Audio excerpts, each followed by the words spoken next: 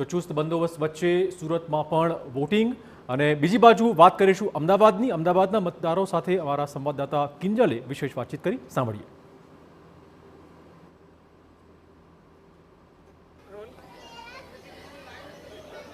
લોકશાહીનું પર્વ એટલે મતદાન. ગુજરાતમાં ત્રીજા ચરણના મતદાનની અંદર એક સાથે વાત કરવામાં આવે તો 25 બેઠકો પર આજે મતદાન થઈ રહ્યું છે. આપ જોઈ શકો છો કે ગરમી તો છે, પરંતુ તેની વચ્ચે પણ જે નાગરિકો છે, મતદાતાઓ છે, તે પોતાનો વોટ આપવા માટે ઘરની બહાર નીકળ્યા છે.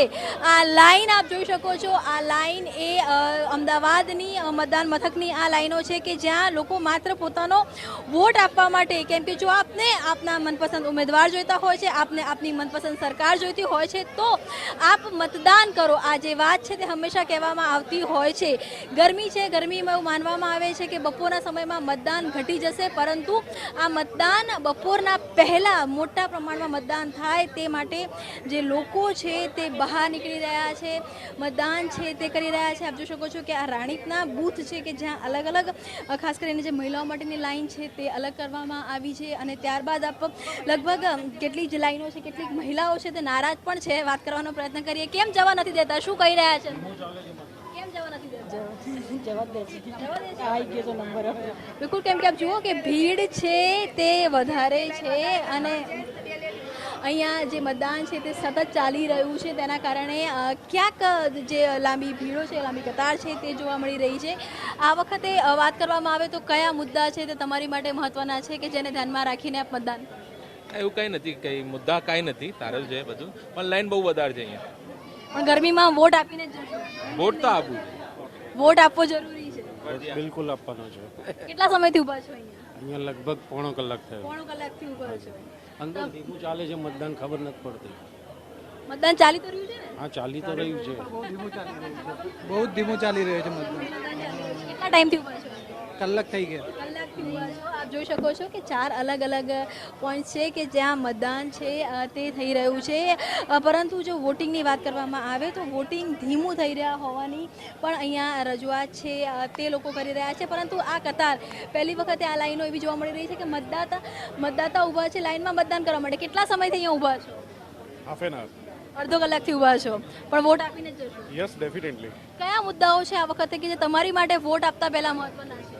ફાઇનલી મોદી સાહેબ has declare for particular Gujarati. અચ્છા, મોદી સાહેબે કીધેલું હતું કે ભાઈ વિકાસનો મુદ્દો છે, રોજગારી છે, સો મેની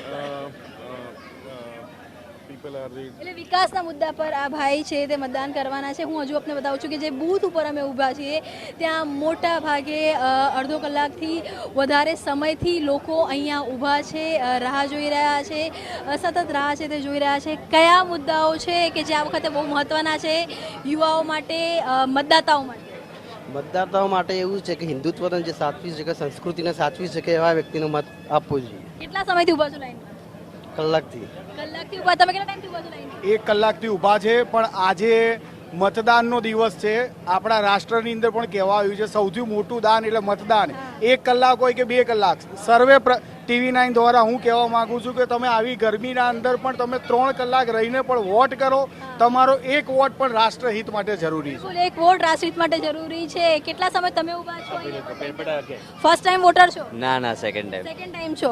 ફર્સ્ટ ટાઈમ આટલી ભીડમાં ઊભા રહ્યા હતા? ના. નતા ઊભા રહ્યા. તો આ વખતે કયા મુદ્દા છે તમારી માટે મહત્વના, યુવાઓ માટે? રોજગાર મળે છે, દેશ આગળ જાય છે, રામ મંદિર બની ગયું છે. રામ મંદિર પણ મહત્વનો મુદ્દો છે. આપ જોઈ શકો છો કે જે રીતે અહીંયા લાઈનો છે, સતત અહીંયા લોકો છે તે આવી પણ રહ્યા છે. અડધો કલાકથી લોકો ઊભા છે અને મતદાન છે તે કરી રહ્યા છે. આપ વોટ આપી દીધો? આપે જોઈ શકો છો કે દિવ્યાંગ છે, પરંતુ મતદાન જે મતાધિકાર છે તે તેમણે ઉપયોગ કરી લીધો છે. કેટલા સમય પહેલા આવ્યા હતા અહીંયા? 10 મિનિટ પહેલા જ. 10 મિનિટ પહેલા. ઓકે, બધી રીતે સગવડ હતી અમારી. એટલે અમને લઈ ગયા. હા, લઈ ગયા, મૂકી ગયા પાછા. હા. કયા મુદ્દા હતા આ વખતે તમારી માટે? તમને લાગે છે કે આટલા મુદ્દા મહત્વના હતા જેની પર મતદાન થશે? મુદ્દા તો શું, બધા રેગ્યુલર છે, સરસ જ છે વ્યવસ્થા આપણાને. પણ મતદાન કરશું? મતદાન તો કરીશું. જુઓ કે આ તમામ લોકો